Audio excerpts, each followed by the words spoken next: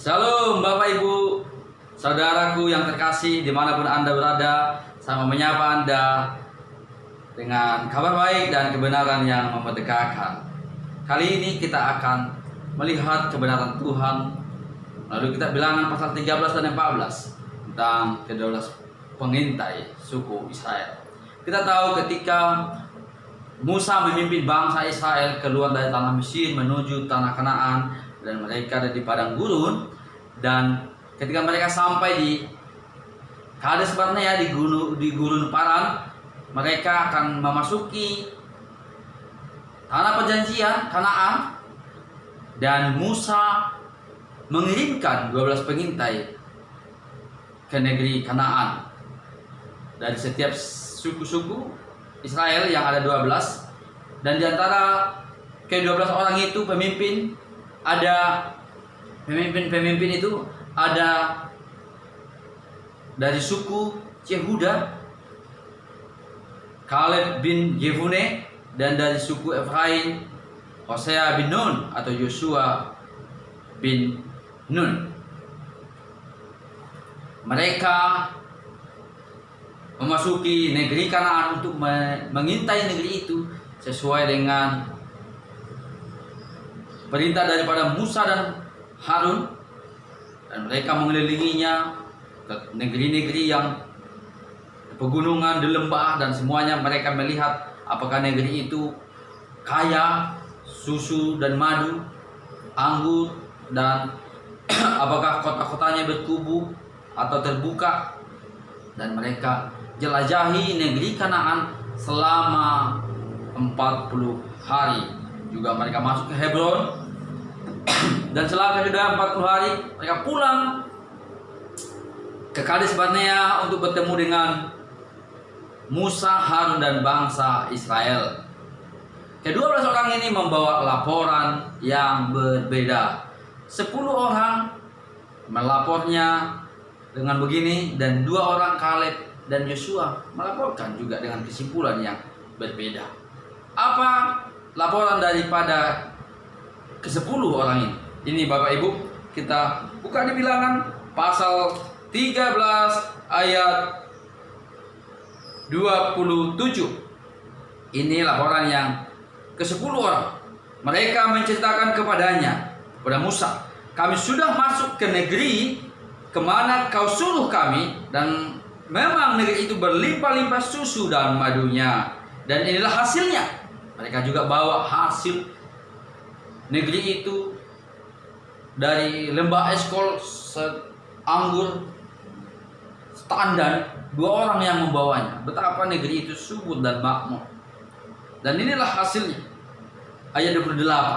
Hanya bangsa yang diam di negeri itu kuat-kuat, dan kota-kotanya berkubu dan sangat besar.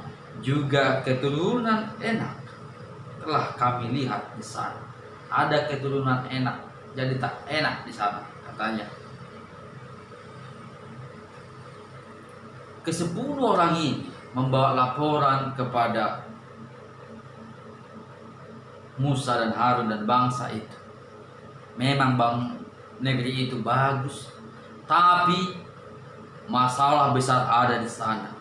Ada musuh yang besar, kotanya berkubu, dan kalau kita datang ke sana, kita sama saja dengan bunuh diri. Kurang lebih seperti itulah yang disampaikan kedua orang ini. Dan 10 orang ini. Dan laporan ke-10 orang ini membuat seluruh bangsa Israel ketakutan.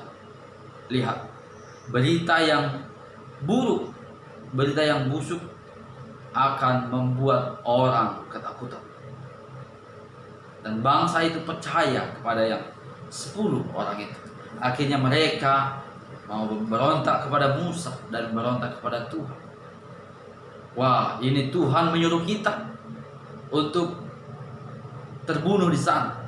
Lihat, mereka akhirnya karena mempercayai berita yang negatif daripada yang 10 orang ini, mereka juga akhirnya berpikir negatif kepada Musa, berpikir negatif juga kepada Tuhan. Tapi ada 2 orang, Kaleb dan Yosua tadi. Di ayat 30 dikatakan begini. Kemudian Kaleb mencoba menenteramkan hati bangsa itu di hadapan Musa. Katanya, tidak, kita akan maju dan menduduki negeri itu, sebab kita pasti akan mengalahkannya. 10 orang berkata, tidak mungkin kita masuk karena kota berkubu dan sebagainya. Tetapi Kaleb dan Joshua berkata, kita akan masuk ke sana, kita akan mendudukinya, dan kita akan mengalahkannya. Pasti akan mengalahkannya. Mereka berkata, kita pasti akan mengalahkannya. Ada hal yang sangat penting kita pelajari dari kisah ke-12 pengintai ini, di mana ke-12 pengintai ini adalah mengunjungi tempat yang sama, mengintai tempat yang sama, di waktu yang sama, melihat kota yang sama, kubu yang sama, melihat musuh yang sama, tapi hasil dan kesimpulan mereka berbeda. 10 orang menyimpulkan itu adalah masalah besar dan itu sama dengan mati, bunuh diri. Dan itu dipercayai oleh seluruh bangsa Israel. Karena apa? Karena 10 orang lebih banyak dari 2 orang. Tapi 2 orang ini, sesudah mengintai negeri itu, mereka mendapatkan sukacita dan optimisme yang luar biasa, harapan yang luar biasa. Wah, indah sekali kota ini. Wow, kaya sekali, penuh susu dan madu. Ini akan menjadi tempat kita. Mereka juga melihat orang-orang enak itu, melihat rasa, tapi mereka percaya Allah kita akan menolong kita. Allah kita jauh lebih hebat, jauh lebih kuat daripada musuh-musuh orang-orang menduduki. Kita akan memasuki. Sedangkan yang 10 orang, dia tidak melihat kuasa Tuhan, dia tidak melihat penyertaan Tuhan. Mereka melihat dirinya sendiri. Mereka bandingkan musuhnya dengan dirinya sendiri, sehingga mereka mengalami ketakutan. Tetapi Kaleb dan Joshua melihat musuh dan membandingkannya dengan Tuhan yang kuat perkasa, sehingga hati kesimpulan mereka berbeda.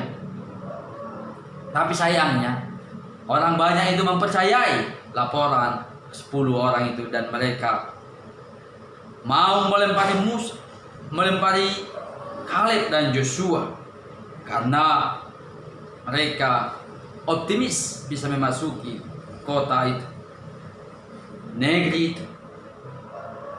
Ayat 32 dikatakan, juga mereka menyampaikan kepada orang Israel kabar busuk yang 10 orang tentang negeri yang diintai mereka, dengan berkata, negeri yang telah kami lalui untuk diintai adalah suatu negeri yang memakan penduduknya. Ini berita bohong. Mereka sampaikan hoax, supaya mereka karena ketakutannya pengen dia didukung oleh orang banyak, dan akhirnya mereka juga sampaikan hoax, dan orang lain percaya akan hoax, akan kabar buruk ini, akan kabar busuk ini. Negeri yang telah kami lalui untuk diintai adalah suatu negeri yang memakan penduduknya, dan semua orang yang kami lihat di sana adalah orang-orang yang tinggi-tinggi perawakannya. Ayat 33, juga kami lihat di sana orang-orang raksasa, orang enak yang berasal dari orang-orang raksasa, dan kami lihat diri kami seperti belalang. Lihat, karena ketakutannya, karena tidak mengandalkan Tuhan, mengatakan kami melihat diri kami seperti belalang. Siapa yang mengatakan dia seperti belalang? Pikiran dia. Bukan orang enak juga. Musuhnya juga gak mengatakan kau kayak belalang kulihat, kecil kali kau tengok. Enggak. Pikirannya, karena dia mengandalkan dirinya sendiri, tidak melihat penyertaan Tuhan, dia mengkelola ketakutan itu di pikirannya. Jadi yang dia kelola adalah ketakutan. Dan demikian juga mereka terhadap kami. Dikatakan begini, kulihat diriku kayak belalang. Kami lihat diri yang 10 orang kayak belalang dibandingkan mereka. Dan mereka juga berpikir itu kepada kami. Perhatikan, orang enak gak pernah bilang kepada mereka, kau kayak belalang di hadapan, kecil kali kau kulihat. Tidak mengatakan seperti itu. Yang 10 orang ininya berpikir seperti itu di hati. Dia melecehkan dirinya sendiri, dia mengecilkan dirinya sendiri, karena dia tidak melihat penyertaan Tuhan. Dan parahnya lagi, waktu dia melecehkan dirinya sendiri, dia mengatakan itulah pikiran musuh terhadap dirinya. Musuhnya nggak tahu seperti apa pikiran musuh terhadap dirinya. Mungkin musuhnya juga ketakutan melihat dia. Tapi karena dia telah merendahkan, melecehkan dirinya, dia juga berkata, musuh juga berpikir itu kepada saya. Lihat, orang-orang yang negatif ini sangat berbahaya sekali. Sangat berbahaya. Di dunia ini banyak sekali orang-orang negatif, orang-orang yang pesimis. Dan hati-hati buat orang-orang percaya, jangan dengarkan terus-menerus berita-berita hoax, hal-hal yang pesimis, tetapi selalu lihat penyertaan Tuhan. Karena nyatanya seluruh bangsa itu percaya akan kesimpulan daripada 10 orang ini. Mereka tidak mempercayai laporan dari Yosua dan Kaleb. Bahkan mereka mau melemparinya. Dan pada waktu mereka mau melemparinya, mereka melihat hadirat Tuhan. Tapi sebelumnya ada lagi ayat yang luar biasa di Bilangan 14 ayat 8 dan 9. Jika Tuhan berkenan kepada kita, ini yang Yosua dan Kaleb ngomong. Jika Tuhan berkenan kepada kita, maka Ia akan membawa kita masuk ke negeri itu dan akan memberikannya kepada kita, suatu negeri yang berlimpah-limpah susu dan madunya. Ya, mereka melihat berkat-berkat selalu. Mereka bahkan nggak memperhatikan musuh itu. Mereka lihat berkatnya dulu. Hanya ayat 9, janganlah memberontak kepada Tuhan. Jangan berontak kepada firman-Nya. Percayai Tuhan, jangan lawan Tuhan. Dan janganlah takut kepada bangsa negeri itu. Sebab, ini dia, ini keren sekali. Sebab mereka akan kita telan habis, kata Yosua dan Kaleb. 10 orang berkata begini, mereka akan menelan kita, memakan kita, akan membunuh kita. Tapi Yosua dan Kaleb berkata, kita akan telan mereka habis. Bahkan dikatakan di terjemahan yang lain dikatakan, mereka adalah santapan buat kita. Mereka adalah roti untuk kita makan. Sagu-sagu, sialamon. Mereka berkata seperti itu. Yosua dan Kaleb berbeda bahasanya, berbeda kesimpulannya. Kenapa bisa berbeda? Padahal mereka berjalan bersama di waktu yang sama, melihat musuh yang sama, melihat berkat yang sama. Karena Kaleb dan Yosua tidak melihat kekuatannya, tetapi melihat penyertaan Tuhan, melihat penyediaan Tuhan, melihat pembelaan Tuhan di dalam hidupnya, dalam hidup bangsa Israel. Tapi yang 10 orang, mereka tidak melihat Tuhan, mereka melihat dirinya sendiri, mereka melihat usahanya sendiri. Dan ketika melihat dirinya dengan masalah, karena dia selalu mengandalkan dirinya, mengandalkan kekuatannya, mengandalkan pengetahuannya, kepandaiannya, dan sebagainya. Ketika dia menghadapi masalah yang besar, dia ciut dan dia mau menyalahkan semua orang, bahkan merendahkan dirinya, bahkan menyalahkan Tuhan, memberontak kepada Tuhan. Tapi Yosua dan Kaleb, mereka tidak melihat kekuatan dirinya, tidak melihat kepintarannya, tidak melihat pengalamannya, tidak melihat sekolahnya, tetapi mereka fokus melihat penyertaan Tuhan. Tuhanku pasti jauh lebih besar daripada masalah itu. Makanya mereka mengatakan, ayo kita masuk dan kita telan habis. Itu makanan enak buat kita karena Tuhan menyertai kita. Jadi mereka tidak melihat usahanya, tapi mereka melihat penyertaan Tuhan, tidak melihat diri sendiri. Yang 10 orang fokusnya adalah diri sendiri, yaitu kekuatan. Orang yang model begini, dia akan ketika musuhnya masalahnya kecil, dia akan menyombongkan dirinya. Tetapi ketika musuhnya masalahnya besar, dia akan bahkan melecehkan dirinya orang lain dan bahkan melawan Tuhan. Dan Tuhan membela Kaleb dan Yosua. Kaleb dan Yosua mendapatkan sesuai dengan perkataannya. Mereka masuk ke tanah Kanaan dan menduduki tanah Kanaan. Bahkan Hebron menjadi milik Yosua dan keturunannya. Tetapi 10 orang itu juga mendapatkan sesuai dengan perkataannya. Mereka berkata, lebih baik kita mati di padang gurun. Akhirnya mereka mati di padang gurun. Dan bangsa itu, mereka membawa malapetaka. Ketika orang-orang pesimis dan yang mengandalkan dirinya justru membawa malapetaka. Tetapi ketika kita melihat pernyataan Tuhan, itulah kekuatan, itulah jalan yang benar. Ayat terakhir, Bilangan 14 ayat 24 dikatakan begini. Tetapi hambaku Kaleb, karena lain jiwa yang ada padanya dan ia mengikut aku dengan sepenuhnya, akan kubawa masuk ke negeri yang telah dimasukinya itu, dan keturunannya akan memilikinya. Hambaku Kaleb, Tuhan berkata, Yahweh berkata, hambaku Kaleb itu memiliki jiwa yang lain, jiwa yang berbeda, different spirit, tondina asing. Jadi mereka, kenapa mereka mengasihi Tuhan? Tuhan mengasihi mereka karena mereka memiliki jiwa yang berbeda.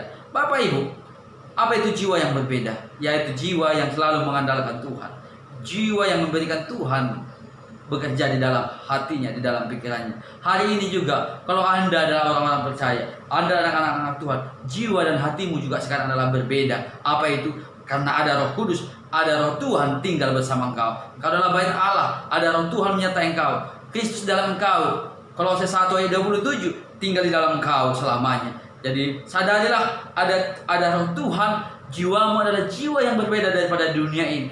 Kamu tidak sama dengan dunia ini. Kamu bukan dari dunia ini. Kamu adalah dari Tuhan saat ini. Walaupun engkau di bumi, kau adalah duta-duta Allah. Kau adalah orang-orang di duta-duta Allah. Kau adalah anak-anak Allah yang masih di dunia. Hati dan jiwamu adalah hati yang berbeda daripada dunia ini. Sehingga semua sahabat saya, Bapak Ibu dan orang-orang yang terkasih, sadari itu terus-menerus bahwa kita adalah orang-orang yang jiwanya berbeda. Jangan konsumsi, jangan percaya hoax, jangan percaya kebohongan, tetapi percayalah firman Tuhan. Firman Tuhan adalah kekuatan kita yang perlu kita percayai terus-menerus, dan perkataan kekuatan, perkataan optimisme yang daripada Tuhan, kebenaran, maka engkau akan memakan buahnya. Seperti Kaleb dan Yosua, ketika mereka berkata, kita akan memasuki negeri itu, dan mereka mendapatkan negeri itu. Bapak Ibu diberkati, puji Tuhan, saya diberkati, Bapak Ibu diberkati, kita semua diberkati. Tuhan Yesus memberkati. Shalom.